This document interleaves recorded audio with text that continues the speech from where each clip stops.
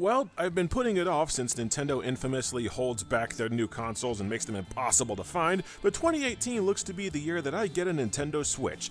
Nintendo has recently announced that new installments in two of my favorite franchises, No More Heroes Travis Strikes Again and a new Super Smash Bros., are due to release this year, not to mention I need to catch up on Mario Odyssey, Breath of the Wild looks good, and Metroid Prime 4 is in the pipeline.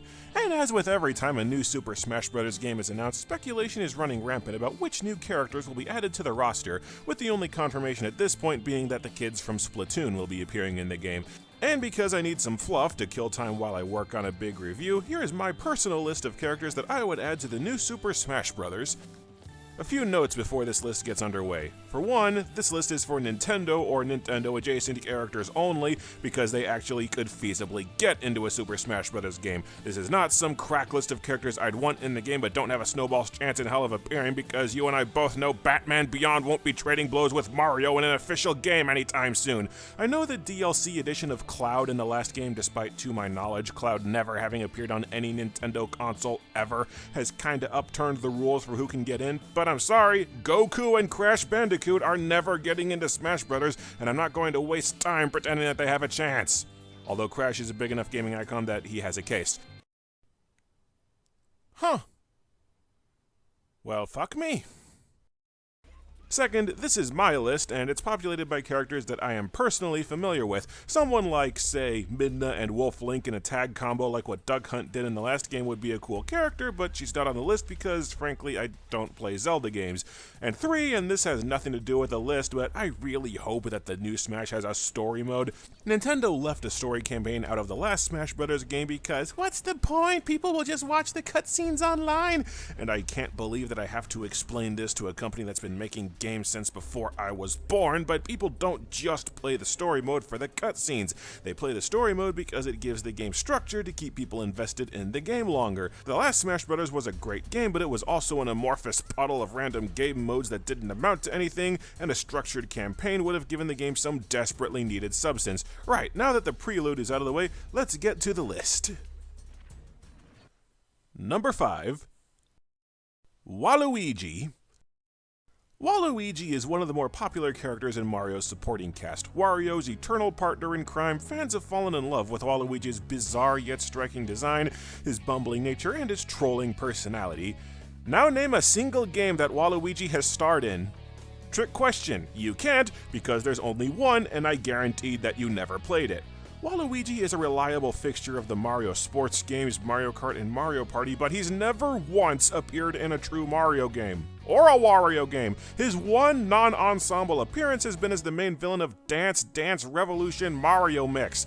That's how low you have to sink to find a Waluigi game. Hell, the only reason Waluigi even exists is because Wario needed a partner to play doubles in Mario Tennis. Not joking, that's why he was invented. And yes, I know that Waluigi is already in Smash as one of the most balls-annoying assist trophies. Don't care. It is long past time Nintendo gave Waluigi his due. If not giving him his own game, then at least putting him in Super Smash Bros. Hell, maybe they could even make a point out of how he's never gotten his own game and just make his moveset focused on using moves and equipment from all of those sporting games like Mario Golf and Mario Tennis and Mario Strikers and Mario Baseball and Mario Slam Basketball and all of the Mario and Sonic Olympics games and Mario All-Star Sports, which includes hockey and bowling. Jeez and Christ, there's a lot of these. That way you could pretend that all those sporting games are treasured pieces of Nintendo history instead of just whoring out Mario to every genre that comes along. Fans have been asking for it for a long time, and I think it's time Waluigi finally got his time in the spotlight. And if you don't agree, Nintendo, then... You're lousy! Number 4. John Raimi, aka Geist. This is definitely the pipe dream of the list. I'm not entirely sure that he's a Nintendo property in the first place, and I'm probably one of 5 people on the planet who would actually want him in Smash, let alone still remember who he is. Raimi is the protagonist of the GameCube game Geist, a first-person shooter/puzzle/sort of horror game. Raimi is a government operative who investigates an evil pharmaceutical company conducting paranormal research when a cross of mad science and demonic forces gives him the power to separate his soul from his body. His soul then takes the form of a poltergeist that more or less stops time around itself when deployed, can possess inanimate objects, anything from automated turrets to stacks of plates, and if a person is sufficiently scared, he can possess them and completely take over their body. Plus, Plus, for the last few levels, Raimi reclaims his original body and gets ghost armor, which allows him to slow time around himself for brief bouts of super speed, and gives him a grenade-launching machine gun, still able to use the Geist form to scout ahead and find enemies in the frozen time. By now you're probably thinking to yourself, Geist sounds amazing, why is this the first time hearing about it? And well, that's the catch. Geist is just kind of okay. Every level is a series of puzzles that each have exactly one solution, followed up by a shooting segment where it's only physically possible to possess one of the characters in the whole stage. The possession mechanic at first glance gives you a ton of freedom and you just want to explore and go nuts with it, and then the entire game railroads you so that there's only one specific action that progresses the game at any given time. It's a complete waste of a brilliant mechanic. Plus, the game reeks of being a budget title since it's a GameCube game that often looks like a Nintendo 64 game. Geist is a property that is crying out for a reboot, a modern version done right with a Hitman-style setup where you have a wide array of options for getting to a target, just any scenario that would actually give you freedom that a possession mechanic demands, like Mindjack if it wasn't the worst thing ever. Nintendo could be sitting on a huge and innovative new IP, which is something that it sorely needs to ring in new players. Raimi himself has a wide array of powers that would make him an excellent addition to Smash's roster. Maybe the Geist can possess nearby items and stage hazards. At the very least, I can think of worse character concepts than the Flash with a grenade launcher. It's pretty unlikely he'll ever be in Smash because Geist is not a well-remembered game, but nobody likes Kid Icarus either, and that shittin' game has more characters on the roster than games in its own series. Stranger things have happened. What's going on, Raimi? Number 3. Travis Touchdown. Travis is in a strange spot in this list. He's not owned by Nintendo, and remasters of his games have been ported to the other main consoles, but his games came out on the Wii first, and his upcoming game is a Nintendo exclusive, so Nintendo is clearly Travis's home. Bayonetta is in a similar situation as she made it into the last game, and Nintendo's Twitter account is going out of its way to hype Travis Strikes Again, so I think Travis has a fair shot of getting into Smash at some point. Travis is the protagonist of the No More Heroes games, two heavily stylized beat-em-ups with outright hilarious comedic plotlines. The first No More Heroes is an absolute masterpiece. The story is a pretty basic tale of Travis having to take down 10 colorful, insane, and instantly memorable assassins to take the rank of #1 assassin in the world and sufficiently impress a hot chick into sleeping with him. But the entire story is a hysterical meta-narrative on video games, developers, and gamers that only gets funnier every time I play it. Even if you don't look deep enough to read all the subtext, it's a hilarious story that takes pot shots at all kinds of nerdy shit from creepy sexualized anime to Joel Schumacher's bat nipples. The second game, Desperate Struggle, feels a little phoned in by comparison, lapsing into a much more basic story with frequent fourth wall breaks, but its combat system is vastly improved with much smoother and faster paced gameplay, and it still gets some good meta-narrative out of the characters who kinda know that they're in a video game getting beaten up for our amusement. I try not to say this, but if you haven't played the No More Heroes games, fix that. Travis himself is kind of like what would happen if you crossed Deadpool with Scott Pilgrim. He breaks the fourth wall, he swears like hell, he's a hapless dork obsessed with anime and desperately trying to get laid, and he's a professional assassin who uses beam katanas to eviscerate people like nobody's business. Every time he kills an enemy, he has a chance of performing a super move that he got from his favorite anime, and he also uses wrestling moves like suplexes for his finishers. Plus, in the sequel, Travis can switch on command between 4 separate katanas that each have their own playstyle. One is super slow but hits like a train, and one splits into dual swords with super agile area effect attacks that deal little damage. Any one of these traits would make a fantastic gimmick for a moveset in Smash. A guy with lightsabers would always be welcome in Smash Bros., and just in terms of personality, Travis is completely unique from everybody else on the roster, all aside from the fact that he's a cult classic beloved character who's still actually receiving new games, unlike 75% of the roster of the last one. Travis just makes perfect sense for inclusion in Smash, and here's hoping he finds his way to paradise. Fuckhead!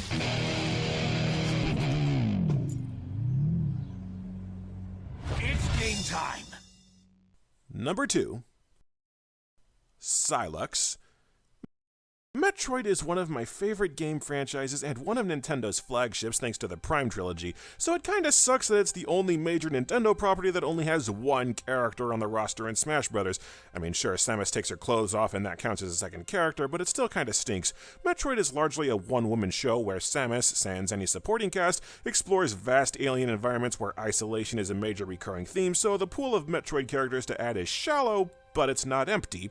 Dark Samus realistically would probably be the first in line to join Smash, and I wouldn't hold my breath for a Federation Marine to make the cut given how maligned their games are, but if I worked at Nintendo, I'd tap the bench from Metroid Prime Hunters for some new characters.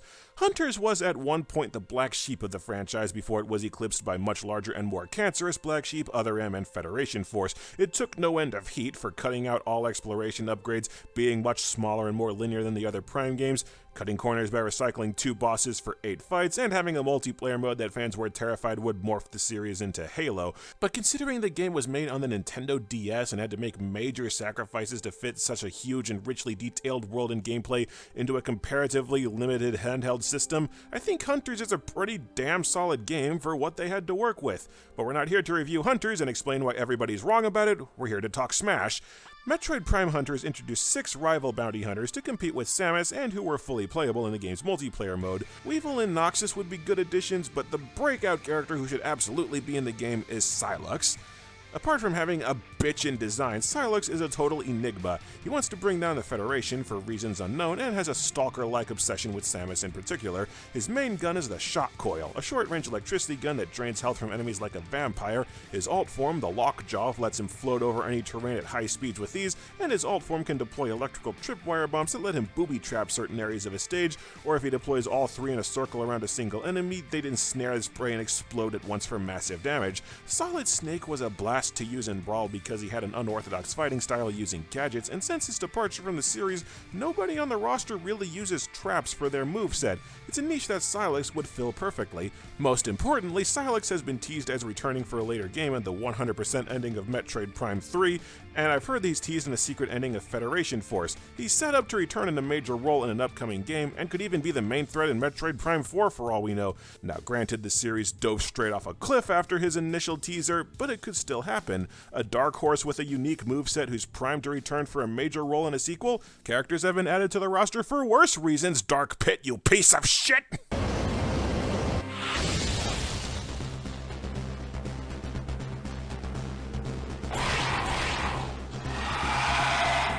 And my number 1 choice for who should be added to Smash Brothers?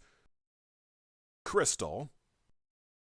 Let's get the elephant in the room out of the way first. A lot of Star Fox fans despise Crystal for frankly stupid reasons. Some people can't stand the fact that Crystal is Fox's love interest in the games instead of some lady from a manga that 98% of Star Fox's audience didn't know existed, and a lot of people just associate Crystal with the point where the Star Fox series went downhill. Star Fox is probably the single most mishandled franchise that Nintendo owns. There are 8 Star Fox games. 1 can't be played unless you own a stupid rare Super Nintendo classic, 1 is Star Fox in name only, and 4 are direct remakes of one another because Nintendo has no idea what to do with the franchise. Shigeru Miyamoto apparently has a rule that no Star Fox games can be released unless they have some innovation, and said innovation is almost always a stupid gimmick that ruins the game. Be it Assault's exceedingly mediocre ground combat, Command's completely pointless real-time strategy elements, or Star Fox Zero's batshit what were they thinking control scheme. They've made 15 gazillion new Super Mario Bros. Games that played mostly the same, and Donkey Kong's been stagnating in the days of the Super Nintendo for years, but Star Fox is the one series that they gatekeep and refuse to make any new games for unless there's a stupid gimmick laid over it? Idiots!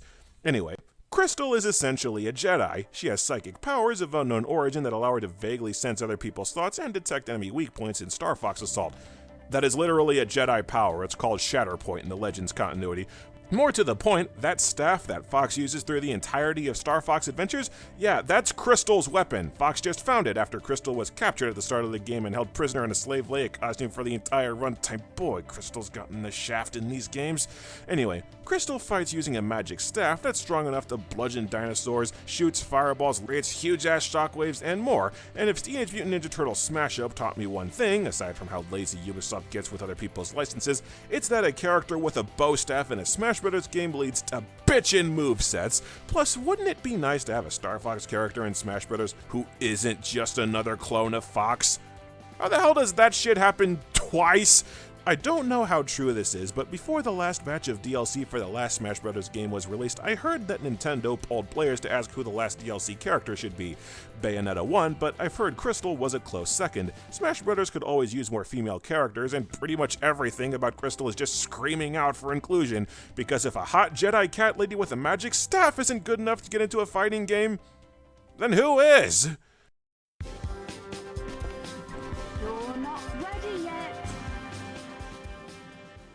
Anyway, that's my list for who I would add to the Super Smash Bros. Character roster if I were in any kind of position of authority at Nintendo. I'd love to hear who you would add to the roster in the comments below. Thanks for tuning in. I'll see you next for One Man's Lie. I mean, No Man's Sky.